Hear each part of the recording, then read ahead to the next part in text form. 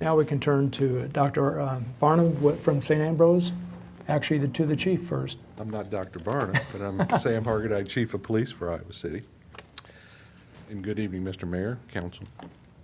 The Iowa City Police Department started to collect demographic data on traffic stops in July of 1999.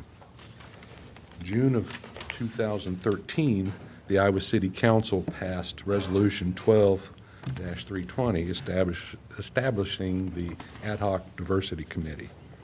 This was to study city transit and law enforcement operations as they relate to minority populations. Based on community conversation generated by the Ad hoc Diversity Committee, I worked with Dr. Barnum to incorporate more traffic stop data and then finalize his analysis. While this study was initially intended to be internal and for academic purposes, I felt it was appropriate to have a public discussion on the topic at that time by participating in this multi-year study. The ICPD is one of 2 police departments in the state that collect and analyze traffic stop data. Dr. Barnum presented the results of his analysis to the City Council on June 16th of 2014. And at that time, we set a twofold goal: to reduce the traffic stop disproportionality as experienced in the high levels in 2010 through 2012, and gain the confidence and trust of our community, especially the minority community. Dr. Barnum is the program director for Masters in Criminal Justice and Criminal Justice Professor for St. Ambrose University. He earned his MA, his BA, MA, and PhD in sociology from the University of Iowa. He's been interested in researching our traffic stop data since 2006 and has been consulting with our department and the City of Davenport Police Department. Dr. Barnum, like I said, last presented to the City Council in June of 2014, and he's here tonight to report on his analysis of traffic stops that occurred in 2015. Chris. Thank you very much, Chief. I'm Chris Barnum from St. Ambrose. Welcome. Mayor and councilors. There we go. Before I get started, I'd like to introduce some of the people that have helped me with this project, my graduate students who have played an integral role in both the data collection and the analysis of the data. So Sam Luce, Matt Owliff, Colt White, and then back here is Robert Perfetti. Robert's finished. Colt has a way to go, and these two will be done at the end of May, so they're on to bigger and better things. So I really just wanted to acknowledge them and tell them how much I appreciate their support and their help with this project. They've been invaluable. So I think the best way to proceed, given that this is a work session, is that I will go through the slides and I will talk about them, but feel free to stop me at any point and just ask questions as we go. I think that's a little easier than skipping back and forth between the slides. So if that's all right with you, then I'll proceed. So as the chief mentioned, we have been analyzing data since, we've been looking at the Iowa City Police data since 2006. The actual data that we've looked at runs from 2005 up until the present. The presentation I'm going to give tonight, for the most part, is on the results from 2015. And as I go through this, I'll explain why we're kind of isolating on 2015. But in a nutshell, the reason why is that we have a better gauge on what the benchmark driving population is in town now in terms of various areas of town than we did before. And I'll talk a little bit about that. So this doesn't show up very well, but this area right in here is the downtown area. And what that shows, what this map depicts, All right. Sorry. That's better. I'm really good with technology. So what we did is when we worked with the police department, the last time we presented, we were only able to determine stop levels based on the shift that officers work. We couldn't tell the actual location of where a stop was made. And so what we had to do is we had to go forward and figure out a way that when a police officer went out on the radio, we could figure out in terms of something that was manageable where that stop was made and then compare that information to the people who are living and driving in that area. So what happened is we divided Iowa City up into 1 square mile units, and I think there's 65 of them on there. And this map depicts those square mile units of Iowa City. And then again, this area, just so you can kind of get a reference, this is the downtown area, and that's number 21 on the map. And this area immediately below it is would be the Broadway Cross Park area right in there. And that's zone 29. And so this is 28, 30, and so on and so forth. So they're just sequentially ordered. So essentially what our strategy is we go out and we watch traffic in those areas, and we look at census data in those areas to try to determine the percentage of minority drivers on the road in each of those areas, both day and night. And then we look at the police data, and we know where the stops are being made in terms of these square mile areas, and we compare the percentages that the police make to what we saw both in the census data and in our observations. And if there's any difference, then we call that disproportionality. So that's kind of the overview for the traffic stop stuff.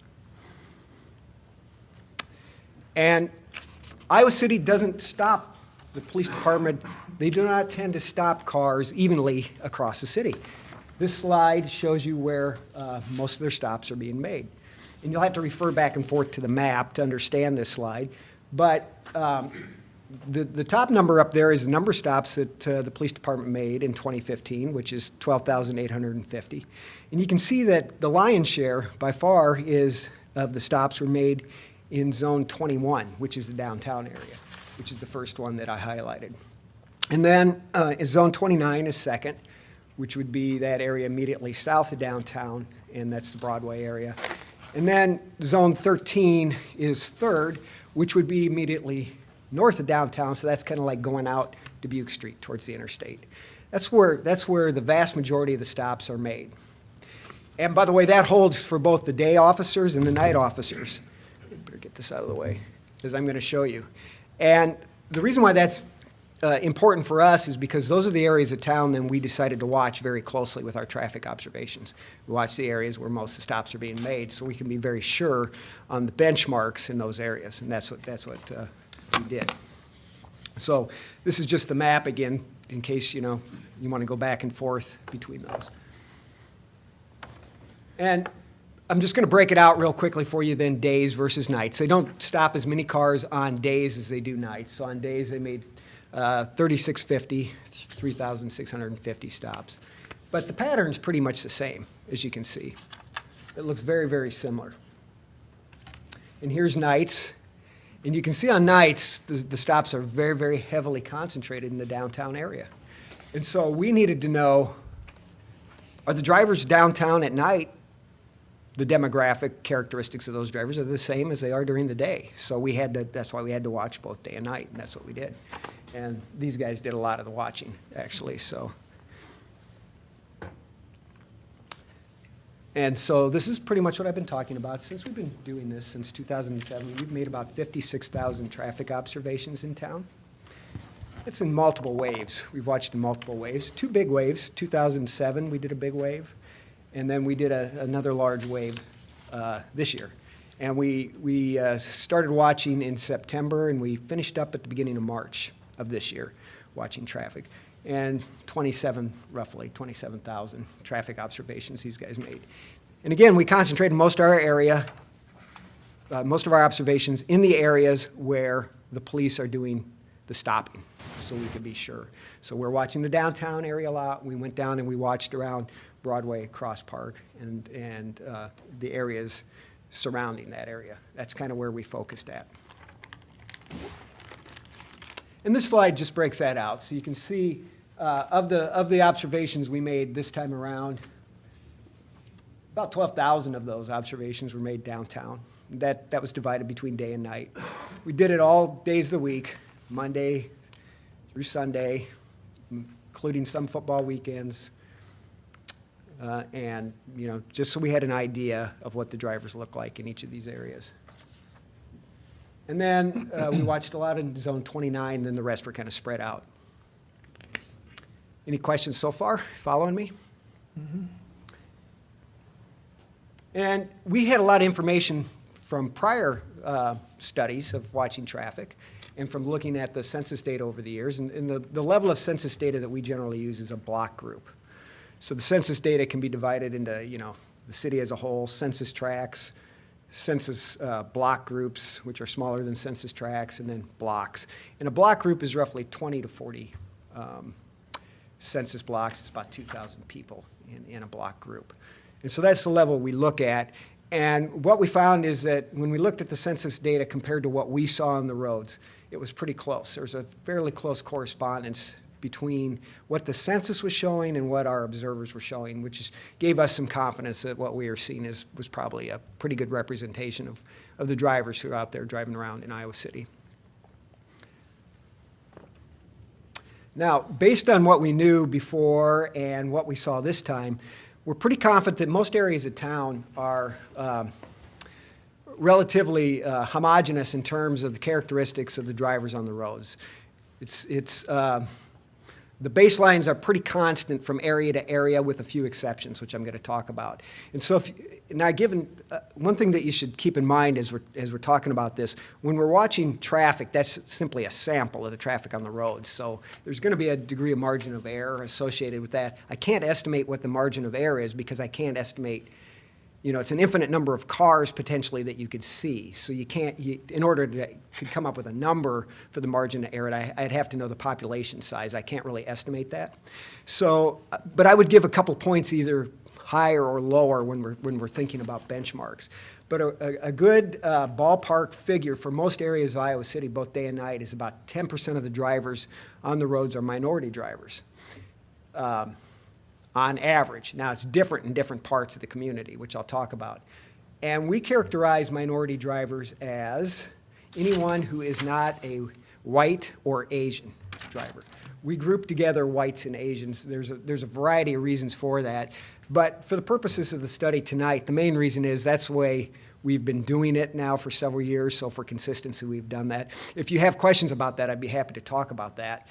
But when you group that way, what it shows is you're more likely to find disproportionality than if you don't group it that way. And the short answer is that generally Asians tend to get stopped in lower numbers than their percentages in the population.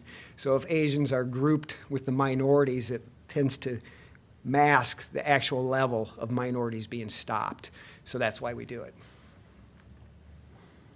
So this slide then shows the next series of slides are just going to show the areas, the square mile areas where the percentages are a little bit different than 10%. And this first one is what we saw in the downtown area during the days. And what we saw down there was about 7% of the drivers downtown during the day were minority drivers as we classify them. And it breaks it out for you by the various percentages. At nights, though, there's more minority drivers downtown than during the day, about 18%. And so a question you might have is, well, when does the night start? For us, the night runs from 7 o'clock at night till 7 a.m. in the morning. So we just divide the day in half, 7 to 7 overnight, and then 7 to 7 during the day. That's irrespective of the shifts the officers are working. We don't pay any attention to that. It's what we say is nights. And so from 7 o'clock at night on, 1900 hours to 0700 hours, that's what we call nights. And during that time frame when we observed traffic, what we saw was about 18% of the drivers on the road were minority drivers. Then in Zone 29, which is immediately south of downtown, the Broadway Cross Park area, during the day, it was about 25% minority drivers that we observed down there, which matches pretty closely to what block group information says from the census. But at night, again, we saw more minority drivers, 32%. Again, broken out by various classifications up there. An issue that we ran into and an issue that I often get asked is to talk about Latino and Hispanic drivers because it's difficult sometimes to tell visually if somebody's Latino or Hispanic. And so that was just based on our impression. And the reason why we coded that is because the police data codes it. So the police officers have a category where they can mark whether the driver was Latino/Hispanic. And if that box is checked, then that means that the driver was not black, the driver was not white. So they're treating that category as a racial category rather than an ethnicity, which kind of goes against what the census data does. And so that's why, you know, when these guys were out estimating drivers, if they saw somebody that they thought was Hispanic, for whatever reason, they coded that. Okay?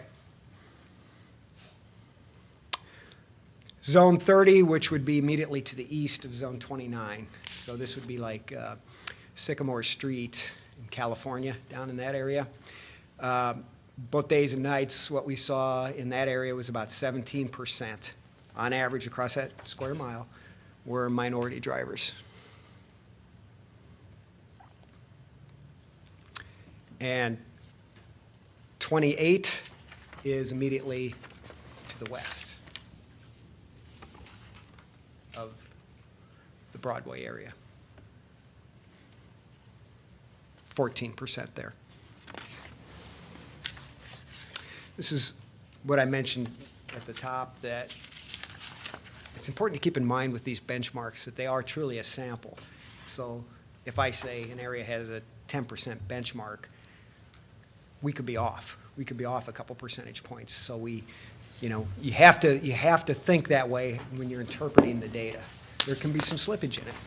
So what you look for, and at least my suggestion is, you look for big differences between what we saw on the roads and what the police are doing. That's more informative than little tiny differences. So that's kind of what's important, and that's what we're going to do next. But before I move on to the next slides, is everyone on board with pretty much our methodology? So we look at two broad areas as we analyze police data. We look at the stops themselves. Are the stops different from what we saw the people out on the roads driving as? And then we look at the outcome of the stop to see if people, once they're stopped, are treated differently. And there's several outcomes that we look at. We look at warnings, citations, arrests, and search requests, voluntary search requests. And then we look at hit rates from those voluntary search requests. So I'm going to kind of divide this up into two big sections. The stops come first, and then the outcomes come second. So the stops are much harder to analyze than the outcomes are, because you have to have a benchmark, and you have to go out and get it. And that's the trick right there. That's the whole trick to this type of work. So we're going to look at the day officers first. This is a slide that just refreshes your memory on where they're making their stops. Downtown, immediately south of downtown, and immediately north of downtown. Watch where they're making their stops.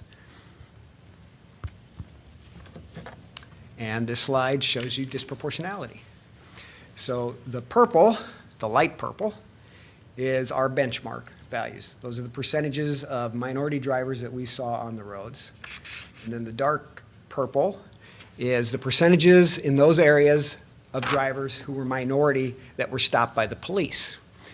And the reason I have that big arrow over Zone 21 is to remind us that by far the majority of the stops that were made in that area. And so a graph like this can be a little deceiving, because if you look at Zone 30, for example, there's a large degree of disproportionality there. You can see it, right? So the police were making, it's up over 30% of their stops there were minority drivers, and our benchmark says that that's 17 or 18%. That's a large difference there. But relatively few stops were made there, okay? If you look at the area where a lot of stops are being made, the downtown area where the arrow's at, the level of disproportionality is much less there. And this is a theme that we found in the data.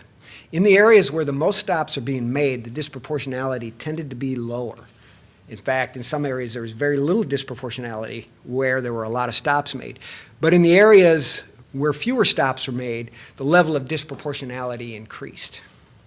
So if you were going to calculate an average in your head, and I actually calculated an average, which I'll talk about here in a second, but if you were going to do it in your head, when you look at a graph like this, what you do is you give the most weight to the areas where the most stops are made, and that's where the arrow's at.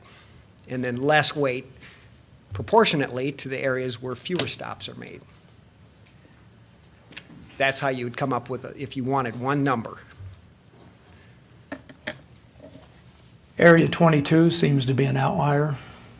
Can you explain that? So, outlier in what way? In The terms of, disproportionalities appears to be reversed. yeah, so there, in that area, they were stopping, the police were stopping fewer minority drivers than what our benchmark showed. And I think that shows you the sampling nature of the benchmark right there. Yeah. And so that, if you look at something like that and then you compare that to zone 21, the distance is similar. The level of disproportionality, it's reversed, but the actual absolute distance between the two bars is similar. Maybe that's noise there. I can't tell you for sure if that's noise or not, but that's when you see something flip like that, that's what it generally is indicating. And that's what I'm trying to, impress upon you, that benchmarks truly are a sample, and they need to be accompanied. You need to give them a wide degree of latitude in terms of margin of error when you're interpreting those. Mm-hmm. So, yeah. But the areas that you would look at naturally are 28 and 30, which I'm not so sure coincidentally are the two areas that are adjacent to the Broadway area. So 28 would be immediately west of it, and 30 would be immediately east of it, just for a frame of reference.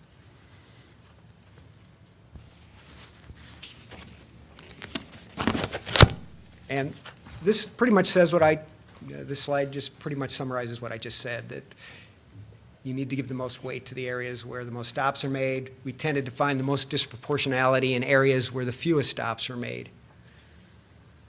Any questions so far? We're doing good?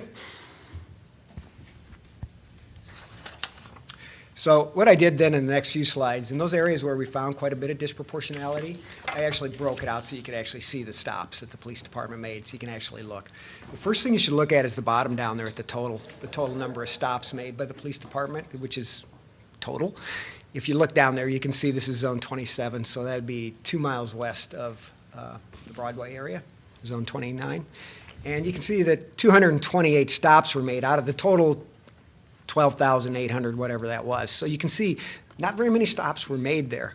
But, and when your N goes down, when the total number goes down, a little bit of divergence in the number of minority drivers will really raise that percentage, and it'll look like a lot of disproportionality. That's why you have to be careful when you're looking at those bar graphs. It can be so deceiving, but you need to sort of present the data that way so you can see where it's at.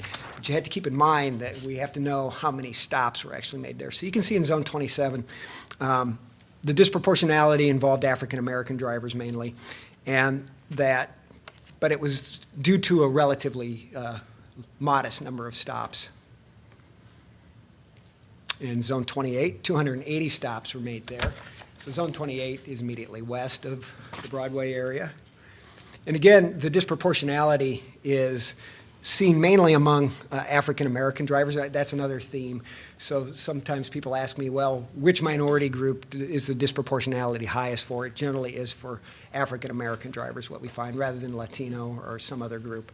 And so, but again, on days, they made roughly 4,000 stops on days. 280 of those stops happened in this square mile area down there. So not a lot. And 30s on the other side then, 260 stops. Again, the highest levels of disproportionality are with Black/African American drivers, and it's the same theme over and over.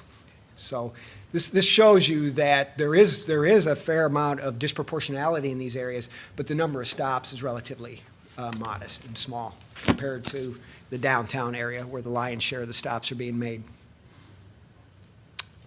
So now we're going to just do the same thing for nights, the exact same thing we just did. And nights, you can really see, this is again the graph just to remind you where the stops are being made. And you can see on nights, over 45% of all the stops made by officers that we classify as night officers are making their stops in that downtown area, that 1 square mile area downtown. And so that's the area that you should give the most weight to when we look at disproportionality, which will be on the next slide. which I've marked there. Very low levels of disproportionality there. But again, you see the same general pattern as we saw in days. Zone 30 and zone 28, there's quite a bit of disproportionality in those zones. And there is also in zone 20 on this slide. So we'll go ahead and look at the individual slides there. So on zone 20, now on days there was on nights there was roughly 9,000-ish stops made out of the total 12,000. And 490 of those were made in zone 20. Again, the highest levels of disproportionality are among African American drivers. The baseline in zone 20 is 10%, just to give you a reference there, the benchmark. And you can see that the percentage stopped was 18.37, so that's about 8 percentage points higher than what we expect. 27, only 208 stops were made in zone 27. But again, the same pattern is holding. It'll keep holding through all these slides, which is interesting. 28, a few more stops are made there, 592. And the level of disproportionality is a little bit lower here than we've seen in the other slides. As the number of, generally what we found is the number of stops increased, the level of disproportionality went down. Zone 30, 394 stops out of roughly 9,000. And if you just look through that, you can see where the disproportionality is coming from. It's from black and African American drivers. So before I get to the officer level analysis, because that'll probably spark some conversation, I did go ahead and calculate a weighted average for both days and nights. I weighted the difference between the percentages of minority drivers stopped by the police by the number of stops made in the zone for each zone up there, 65 times. And that will give you a ballpark figure. If you wanted to put a number on it, that will give you a ballpark figure of what the level of disproportionality is across all areas of town. And my best estimate is that that's about 5 percentage points higher than the baseline. So if the baseline is 10, if we say across the city on average, the baseline is 10% minority drivers, my best estimate is that about 15% of the drivers stopped by the police when we compare to the benchmark. I should say that about 15% of the drivers stopped by the police are minority drivers. And that's compared to the benchmark, so it's about 5 percentage points higher. But you have to interpret that with a generous degree of margin of error. So that might be 8, that might be 3. Okay? So the next thing then we did was we calculated this average that I just talked about for each officer that made at least 20 stops in town. And the thing to keep in mind when you do this kind of work, again, because there's sampling error involved in any sample, is that you look for officers whose values on this index that we compute are different or look different than the other officers. And what's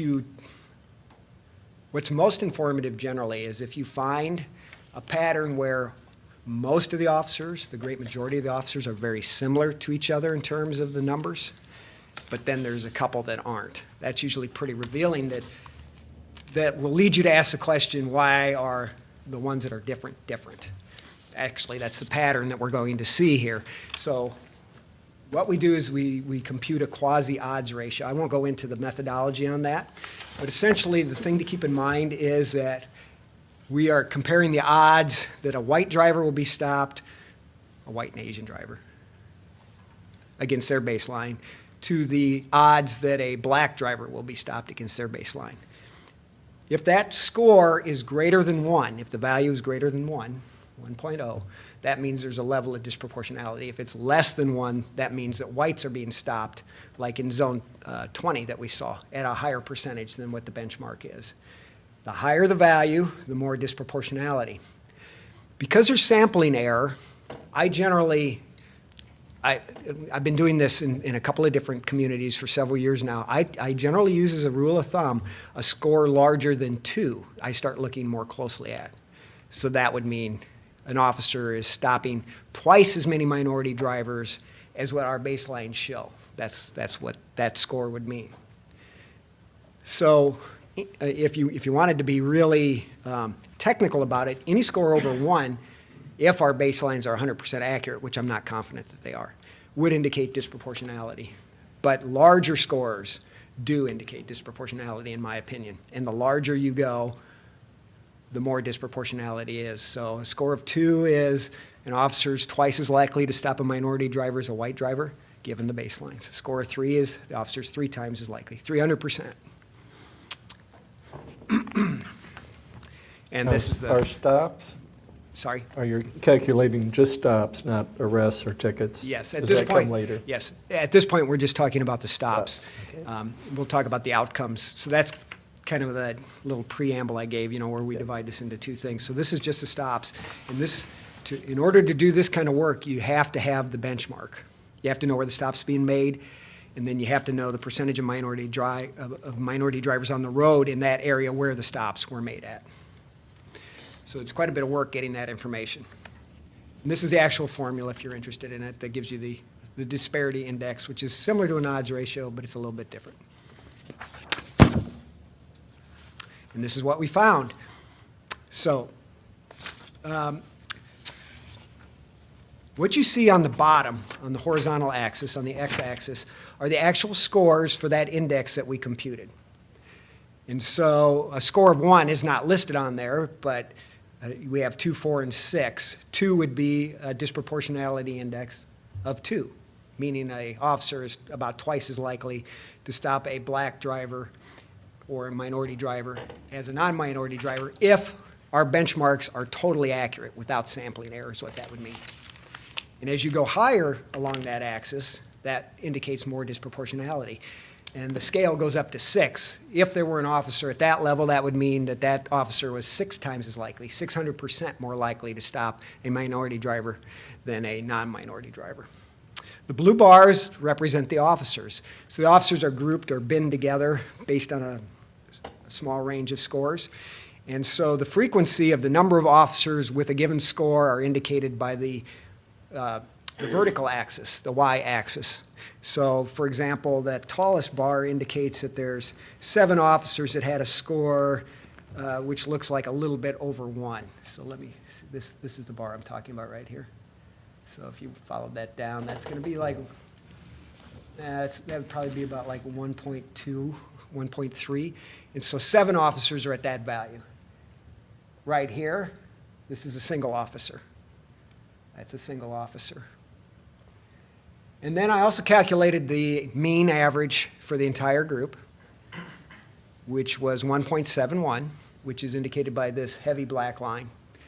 And then I calculated, this is a little statistical speak here, but if we superimpose a normal curve on these data, they're not really normal, but this kind of gives you an idea of what you would do. What you look for are extreme values, and those are generally considered any score that's at least 2 standard deviations or more greater than the mean. And this thin line indicates 2 standard deviations above the mean. So if we look at this, if we look at the data as a whole, most of the officers, as you can see, are really grouped closely together, very tightly together, very, very similar scores, except for these 2 out here. And if that were a normal curve, we would expect scores that extreme to occur with an extremely low probability. In fact, the probability for this one would be about 1 in 50,000 of happening by chance. So those values are values that we would look more closely at. And the way we, as researchers, look more closely at it, it's not the same way the police department does it, I'm sure. But what we then look at are the outcomes that officer had. Is there also disproportionality in terms of tickets, arrests, search requests, those types of things? And so that's the next step we take. But before I get to that, are there any questions on this?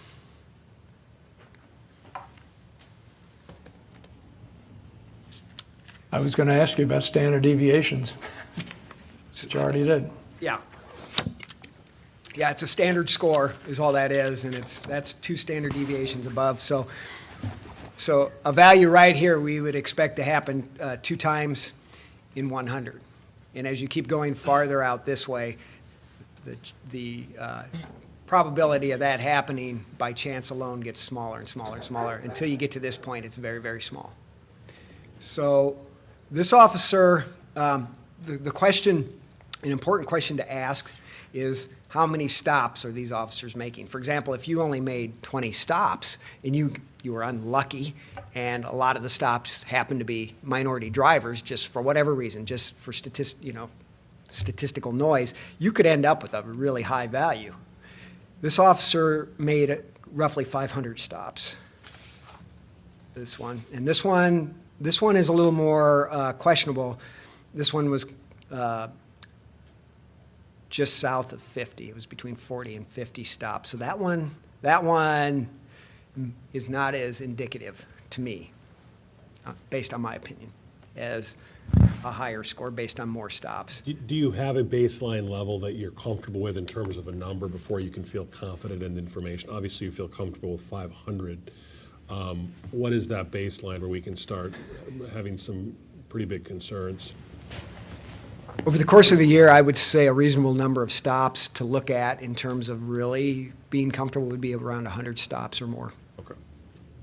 And over 2 on the x-axis, that is would give people concerns as well, correct? If it somewhat depends on the way the entire distribution's grouped. If the baseline is truly 10% or the other values that I mentioned, if it is that, then yes, those numbers are starting to get high. The way to interpret that is that those officers would be twice as likely to stop a minority driver as others. But again, now, if there's even a little bit on the baseline off, those 2 might not be a good number. It might be 2.5. So that's why I'm not trying to, I just want you to understand that there's a little bit of interpretation with this. The thing to really look at is for differences. Why are those officers different? That's the question you ask. Where are they working? How do they compare to the other officers working in the same areas? What time are they working? Those types of the questions that should be asked when you look at something like that. And I'm sure that's what the chief is doing.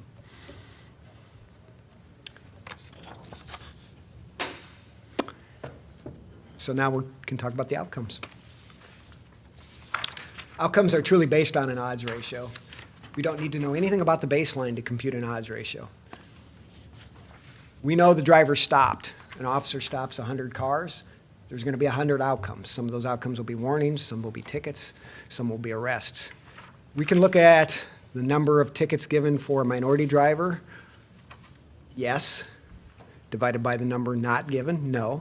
And then you divide that number, the number for white and Asians, yes, divided by white and Asians, no.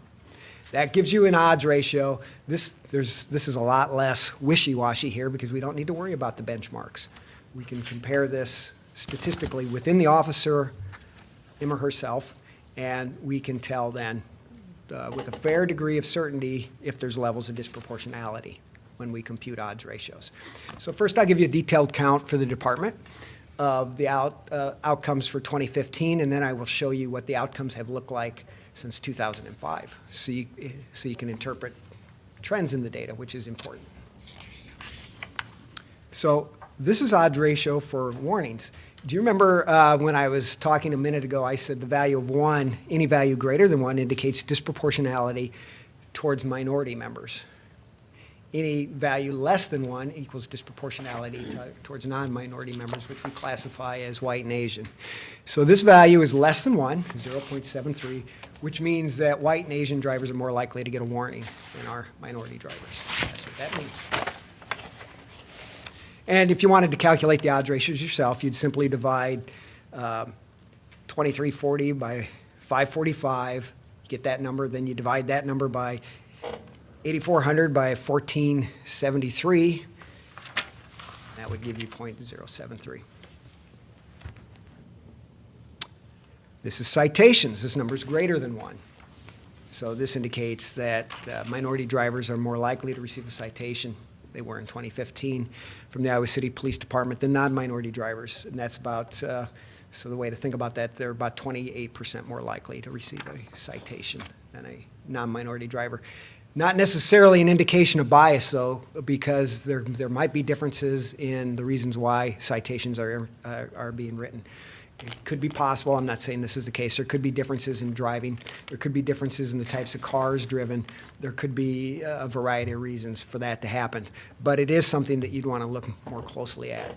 So I guess what I'm saying is just because you see a number that's higher, you can't immediately jump to the conclusion that that indicates bias. However, I will say that the higher the odds ratio gets, the stronger that you might want to lean that way. This is a fairly moderate level of disproportionality. It's quite a bit under 2. So arrests are almost 2. This indicates that African Americans and minority drivers are about twice as likely to be arrested on a traffic stop as non-minority drivers are. And you can see that, so the total number of arrests on a traffic stop were 768, and 273 of those were minority drivers. Now again, an issue that could possibly account for this, there may be differences, for example, in drivers who are stopped in the propensity to have, say, a bench warrant. Officer runs a warrant check. If it comes back as a hit, the officer has really no choice, has to make an arrest. That's not discretionary at all. If there's differences, that would show up in these data. Driving while under suspension or driving drunk are instances where there's very little discretion on the officer's part to arrest. And if there are differences in the population, that will show up in here. Now, the higher the odds ratio, the more it indicates that maybe something's going on. So Say that last, I didn't mean to cut you off. Say that last part again, though. You said an incident where an individual is driving under the influence. Yeah, if there's a difference, let's say. I'm not saying there is, but so that's a non-discretionary, for the most part, type of, you pull somebody over and they're very drunk, you really don't have much of a choice. You need to make an arrest there. If there was a difference between Asians and Pacific Islanders or something, right, that would show up in here. I'm not saying that's the case, but that's how you have to kind of interpret the data. You have to be careful about that. But what the data show is that, and this has been steady, and this is what we see everywhere we look every year, is that minority members tend to get arrested at higher levels than do non-minority drivers on traffic stops. Search requests. So now this one I can stop being quite so wishy-washy about, and I can start giving you a little more firm answers. These search requests are requests that are voluntary search requests. So the way the officers are supposed to mark these in their data is if they pull over a driver and they walk up to the driver and they don't have probable cause to get inside the car to search it or to search the driver, they can't search the driver or the car legally. They'll often ask, do you mind if I take a look inside your car? And the driver needs to answer yes for them to come in and search. So what we track here is not whether the search occurred, but whether the question was asked. Whether the question was asked. And what you see here is that the police tend to ask that question more often of minority drivers than they do of non-minority drivers, which is also something that we find consistently in the data that we look at. So the way to think about this now, and this is why I can be a little more firm with this conclusion, is that the officers are just basing it simply on their desire to get in that car and look around, asking that question. Their gut feeling, whatever you want to call it. But they tend to ask that question more of minority drivers and non-minority drivers. So then the next question, this begs a question, is, well, when they ask that question and when the driver says yes, are they more likely to find something among minority drivers and non-minority drivers? That's the next question, and that's what I'm going to show you. And what that shows you is it's even odds. It's even odds. So that's known as a hit rate. The hits finding evidence or contraband as the course of a voluntary search is about equally likely whether the driver is a minority member or a non-minority member. So although the police are asking that question more of minority drivers, the hit rates aren't backing up the utility of doing that. Questions on that? So the very last part of my presentation, I almost made it through it, is that we're going to look at trends over time for each of these outcomes to see what that looks like, which is interesting. So this is citations. And we go back to 2005 and we look at the data. And what you can see is that from 2005 through 2007, non-minority drivers were more likely to receive a citation than were minority drivers. That flipped in 2010, and it's kind of been up and down. The last couple of years, it's been creeping back down to this year, where this says 1.3, but it was about 1.29, I think is the actual thing. But the question you might have is, well, not all your years are there. 2008 and 2009 are not there, and the reason why is there's no data for those years. There was an IT problem during those years. The data were lost, so we can't analyze those. But this, nevertheless, this still gives us a pretty good indication of the trend in the data, and you can see it did flip, but those are fairly modest. At least recently, those are fairly modest odds ratios. 1.3 is fairly modest. 1.6 is kind of sneaking up there, but 1.3 is fairly modest for citations. It's interesting that it flipped when the data was lost. That's just a coincidence, but it is interesting. Here's what we found for arrests. You can see a clear trend in the data here. So disproportionality in arrests has clearly been coming down since 2011. Where it reached its maximum point. It's been coming down every year after that. So in 2011, a minority driver was almost 3.25 times more likely to be arrested, and now that is at about 2 times more likely to be arrested on a traffic stop.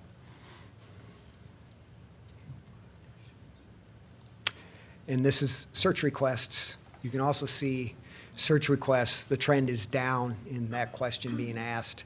You can see back in 2007, a minority driver was much, much, much more likely, 562% more likely to have that question asked of them than a non-minority driver. And that's down to about roughly twice as likely now, 200%. Have the hit rates remained constant? That's the very next slide. So here's the hit rates.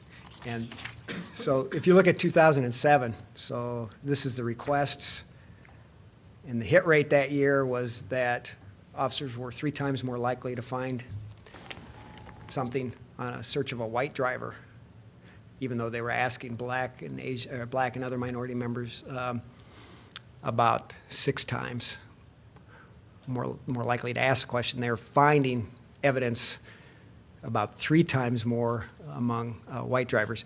But that's flipping back and forth now, which means it's close to 1, which is pretty much statistical noise. So the way to think about it in recent years is that it's even odds whether something will be found. It's even odds.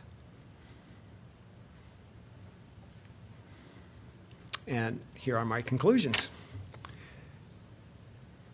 There is some degree of disproportionality in both stops and outcomes with the Iowa City Police Department. My best ballpark estimate of disproportionality in stops when weighted across all stops, across all areas of town, is about 5 percentage points higher than the values that we saw from our benchmarks.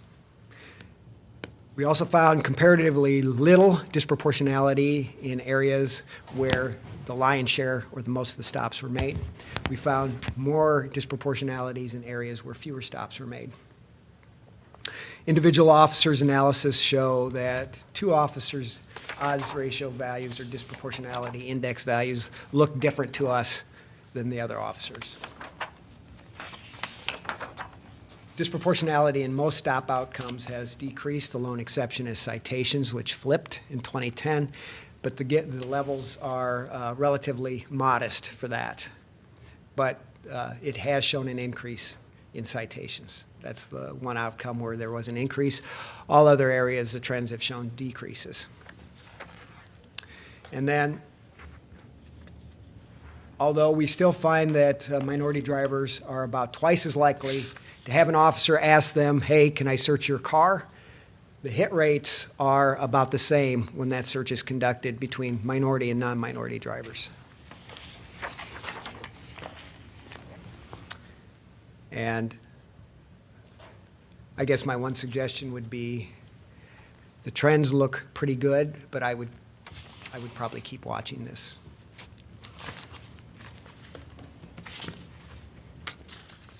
And as you can see, that was my last slide.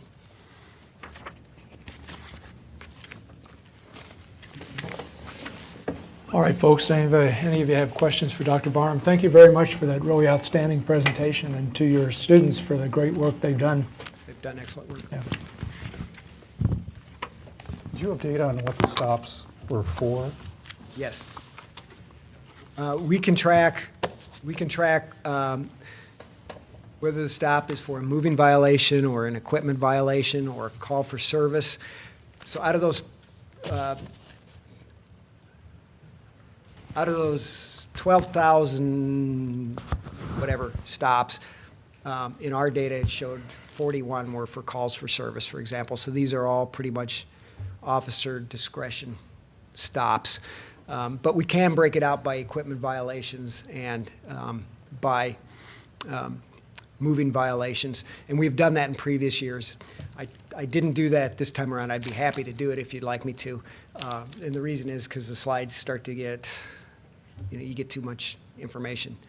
What we have found in previous years, and I'll be very careful the way I say this, is that there hasn't been that hasn't factored in when we've run. So if I run a little more complex statistical model where I take that into consideration, if I run something called logistic regression and I put that in there to control for that, it doesn't really affect the results, is what we found previously. What about reasons for arrest? Were you able to categorize the reason for arrest? You had mentioned the problem of like arrest warrant. Obviously, the officer has no discretion. We're concerned about disproportionality and discretionary arrest. Yes. Were you able to categorize Yes. that? Well, so this is an interesting issue. We have, the way we get the data just has a column for arrests, and it has zeros and ones in it, 0 meaning no, and 1 meaning yes for each stop. I think the police department might be tracking this information, but because the IT department didn't get it to us, so I can't answer that question.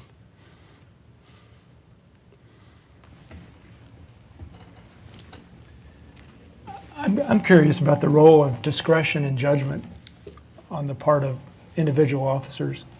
And this makes me think about the importance of training and gets into, I guess, a topic that really the chief could address more directly than you could. So not trying to draw attention to any particular officer, of course. I wonder, Chief, if you could talk a little bit about how training fits into this, how individual officers learn how to exercise discretion in a way that's productive and reasonable?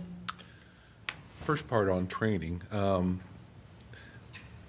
Dr. Barnum presented to them after the last time, 2014, I believe. So, but there's a lot of, most cops aren't statistical analysts, and I've heard his presentation probably close to 15 times, and there's something I get out of each time I listen to it. And there's many of things that I have to be reminded about, okay, that's why he did it this particular way. We did that again with the officers Wednesday with the presentation that you all received tonight. And I think their questions were a lot more informative. I mean, they've taken the last 2 years, because they've known for the last 2 years that we were analyzing the data. They've always known that we've collected it. They just didn't always know what we did with it. So I think they just they're a lot more informed now because they've heard this more than once, just like you guys, just like I am. And so we've had a number of trainings throughout the year. We continually update their legal training on racial profiling, race-based stops, and the legalities of it, the civil ramifications if you were caught doing it. We continue to work with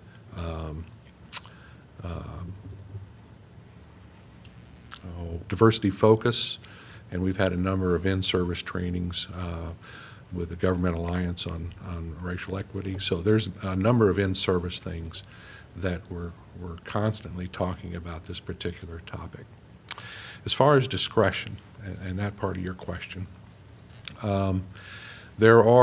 we have, especially those outlier officers, we've been having numerous discussions in-house with the staff and with the officers. We didn't have to tell them who it was.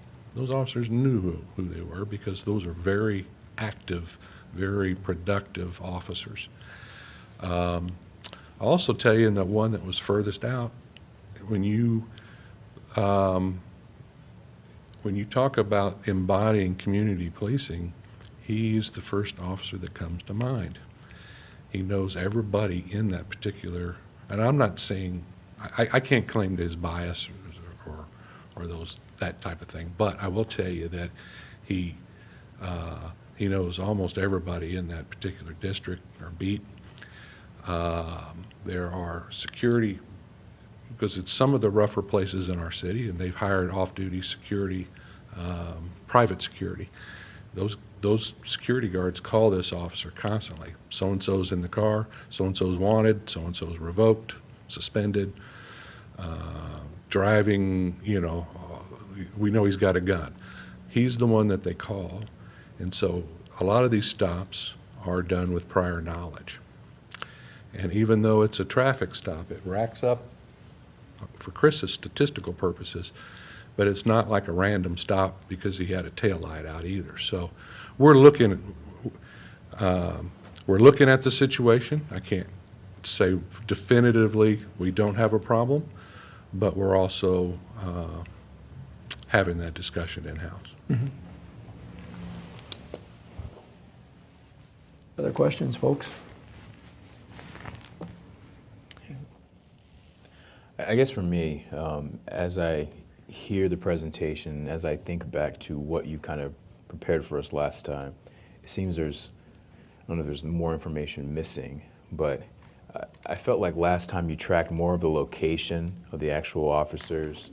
You were able to kind of pinpoint, some of those things as well. And then, we had talked about, I think Sam was involved as well, talked about, some of the police policies that may have attributed some of the higher levels of disproportionality, but I didn't necessarily see it in this presentation.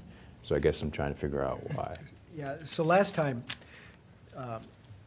we couldn't actually determine where the stop was made at. The way we tracked it was based on the officer's assignment. So if they were, for example, a beat 2 officer, that could be anywhere on the southeast side. But we didn't know where on the southeast side the stops were being made. Now we can get it within a 1 square mile area. So we actually have a lot more information this time around. And so I didn't go into what the census showed in each area, and then average it and all that, because we just need to know what's in each 1 square mile area, which is what we got from our baselines when we were out watching the traffic. So the part where you're asking what could account for it, well, if you're in Zone 29, the Broadway area, across that entire area, the square mile area, what we saw was at night, about 32% of the drivers were minority members. But that's higher if in 1 or 2 blocks maybe than it is in some other blocks. So it's based a little bit on where the officer decides to hang out at and make his stops at, his or her stops at. So there's a little bit of that, and that's the discretion issue that the chief just talked about. One thing for the mayor too, just dovetailing, when I've given these, and I'd be happy to answer further too, Counselor, but when I've given these presentations to the officers, it's apparent to me And it's not from the administration. The officers still aren't understanding some of the things that I'm asking. For example, like on the search requests, gave this presentation last Wednesday. And some of the officers still didn't realize that they're only supposed to mark that box when they're asking that question when they don't have probable cause. Some of the officers, I think, have been, well, I'm going to ask that question because I'm soft soaping the driver. I'm going to search the car either way. I have probable cause, but I'm going to ask the question just so the driver's more cooperative during the search, and then that box gets marked. But that's not really a voluntary search. That's not what we're asking for. So the training, it does take a while to sink in. It's contrary to their training as far as court purposes as well. Yes. Consent means something to a judge, and it means something different to Dr. Barnum, so. Right. We're just really interested in that question being asked when there's no other reason to get in that car. Because if you think about it, that really is an indicator of bias. If you're asking if the hit rates are the same, but you continue to ask one group more than the other group, I can't think of a reason why you would do that. But for that particular officer that had a higher hit rate, how did he compare with people working the same beat? I think that's what the concern is Yeah. that if there's the indication that he's working a high-risk area, fair enough, but how does he compare with other officers under those same circumstances? That's the question. Okay. That's kind of what I would, Gotcha. yeah. So we didn't analyze it that way according to beat. Now, we analyzed it to where the stops were being made, irrespective of beat. But the way to think about it is there were several other officers working that area, and they weren't that high. We didn't see any values that high. So I think that's the information that was shared last time, that we were attributing that to a particular beat, or it was like 2A or 2 and 2A, that made it seem highly disproportionate from that perspective. So the benchmark now, where they set up to watch a lot of traffic, is what we called 2A. So our benchmark, takes that into account. And the way to really think about that when you look at it is, although there's other officers working the same area in the same time of day and so on and so forth, that officer is the only one that far out there. And it could be like the chief's saying, but that officer is different than the other officers working the same shift and same hours. Dr. Barnum, could you please compare what you're finding here in Iowa City with other communities you've worked in? So essentially, Iowa City is to be commended, the chief's to be commended. There's 2 cities in the state that collect this information, and I think there's an issue of courage involved in this too, by the way. I think that it's Iowa City and Davenport who do it. Both the chiefs are very courageous there. I mean, they're essentially sticking their neck out a lot of places they don't want to know. But what we find in Davenport is that the overall level of disproportionality is higher than what I saw here, particularly among their special enforcement officers, which they call NETS officers there. I think they're called SCAT here. I can look at SCAT officers, but they would show up in that one graph if I did that. So to answer your question, and we've done Davenport about the same number of years, the level of disproportionality that we find there is higher than it is here. I don't know if you're going to ask any more follow-up to that. Oh, go ahead. All right, so going back to kind of the discretionary piece, the police discretionary piece, so first it sounds like we need more information, because I agree with kind of the questions that Rockne and John are asked as far as, the reasons for the stop and other things may shed more light on whether or not this situation was something that was just a missed tail light, or there was a potential, warrant for an individual's arrest. And not having that data, just opens up a lot of questions that, I don't necessarily have answers to. And I think that was kind of along the same lines, I wouldn't say anecdotally, but from some of the discussion that happened last time, because we saw a lot of the disproportionality, but if a high level of it is bench warrants, then, what are we going to say about that? The question I have is kind of based on the information you provided. You tended to say that, or let us know that some of the things were just, static. Some of the things were, officers don't necessarily have a high level of discretion, so because of that, you didn't necessarily see a high level of disproportionality. It seemed like as we talked about, the searches, or at least the voluntary ask in regards to the searches, there is a high level of, disproportionality based on the kind of increase in police discretion. My question, as you work on this and your expertise, what is your what is your recommendation? And I don't mean to, like, ask that question kind of publicly and put the chief on the I'll tell you, spot. if I were looking at this data and I'm looking for bias, if I were going to start making wagers on whether or not something indicates bias, if the officers are filling out the cards right in their computers, that search request and hit rates are where I look. That's the gold standard in terms of what you're saying. If we look at traffic stops, I can run a statistical model, logistic regression. I can put in the reason for the stop, time of day, officers' years of service. I can put a whole bunch of stuff in there, and it'll give me net effects of each one of those. And when I've done that in the past, it doesn't really change the interpretation. So when you factor in, I didn't do it for this. I could do it, and I would be happy to do it for you. I'd be happy to send it to you.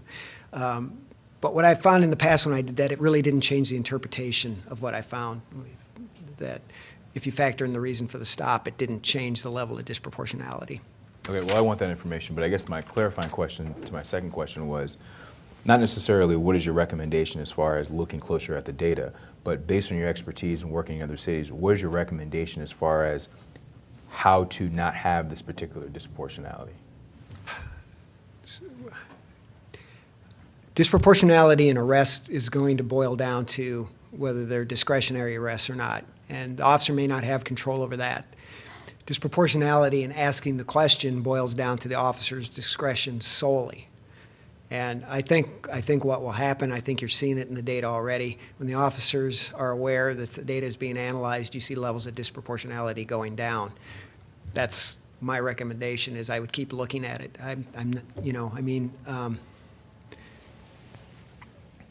If you go to an officer and say, for example, boy, you have a high level of disproportionality, we're concerned about that, the officer may then think, oh, I stopped an African American, I need to now go find 2 white drivers to stop. So you can, there's things like that can happen. It doesn't reduce the one driver getting stopped in the first place, though, but there's ways to hide it. So I think that if the officers know that they're being tracked on that, they'll be a little more thoughtful about asking that question. That's an intrusive question. That's Fourth Amendment issue there. You're asking to search somebody. You're asking them for their permission, and there's, depending on how you ask the question, it couldn't, the degree of how voluntary it is always raised too, so. So let me clarify further. So obviously, you said that if we watch or continue to watch, there'll be, a decrease in the disproportionality. I guess my question more is along the lines of, is there any particular training modules that you've seen that have worked more consistently at reducing that disproportionality rate even faster? Are there any other things that we could be asking of our officers in relation to that to make sure that it doesn't happen? Should we be, and so some of this is because and Eleanor, we had some communication as far as looking at different ordinances around, racial profiling laws and looking at, know your rights laws. And so yes. Putting it on the officers to ensure that if they're going to ask a kind of discretionary question that, they're also providing some information as far as, this is strictly voluntary, you don't have to say yes, that type of thing. And New York has been really instrumental in doing this type of laws simply because their disproportionality was off the charts. And so I guess that's what I'm trying to get at. Not necessarily that, we see that, and I get that. I just, if there's that best practices and other things that would help us along the lines. I think fortunately for Iowa City that is already occurring with the body cameras. I think now with the body cameras, that little piece that we're talking about, the question, it would be possible to go in and look. It would be possible to do a study, randomly draw search requests, and see if and do some sort of coding on how the question was asked to see if they were indeed asking that question differently, minority drivers versus non-minority drivers, and that'll clearly show up on that. They already have car cameras, so that you could probably do it with that. But the body cameras now, are those going to be activated when the officers walk up for a traffic stop too? The body cameras, yeah. So that would give you a lot better information that way. So I guess that's what I would recommend. There's training out there to do that. Davenport has a program, I'm sorry, I can't remember the name of it now, that their officers participate in. But what we've seen in Davenport is that we saw this decrease in disproportionality. And then after it started decreasing, after we kept doing the study, it started creeping back up. There's some other issues in Davenport that I don't really want to go into here, but they have recently, what we have found is when you start watching this very closely, and I don't know that this is the reason, I'm not saying it is the reason, but the number of stops that they made has reduced significantly since we've been watching. And I don't know if that's a good thing or not. So their stops are way down. But that could be for a variety of reasons, too. Has the policy on voluntary searches remained consistent over the years you've been looking at the data for Iowa City? I'm not sure, Chief, has it? Yes, they have, and that's pretty much court-driven, you know, what's acceptable and what's not.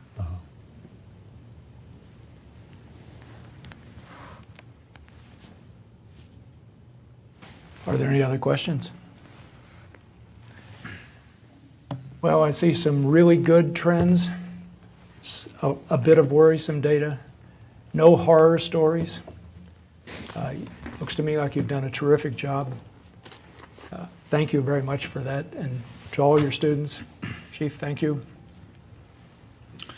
Mayor, if I can just pose a question. In your strategic plan, you've identified a desire to set a goal for the reduction of disproportionate, I believe it's arrests, but I'm going to take that to be the broader study here. I would propose, as you heard tonight, the chief and captains are diving into this data, asking follow-up questions, doing additional research. If okay with you, I think I would like to see that goal developed with that additional information in mind, presented to you, and of course you'd have the ability to modify that. But I think we can not only present a goal, but to Kingsley's point, touch on some strategies that we think will be effective in bringing those numbers down. So it sounds reasonable to me. Absolutely. I would agree. I just want to add a couple more things. I guess in looking at the data as you're talking about, Jeff, if there's any way of, coming back with more information, I don't necessarily know if we can, use a work session for it, but, I think Dr. Barman talked about the fact that we weren't able to get some information from the IT department that, could shed more light. Even though, oh, you're right there, even though it might not be, information that changes kind of the nature of it, I just think it still paints a picture that we kind of need to have some understanding of. And then beyond that, and again, this is kind of ad hoc as far as you talking and me kind of throwing something out there, and so I think it needs to be kind of massaged a little bit, but, having a kind of pinpointed conversation around kind of the search and the voluntary, questions around that. He threw out, looking at body cameras and doing a study, and so in relation to possible strategies and other things, I think that would be another place to start, or another place to have that conversation. Okay. All right, I think we'll move on.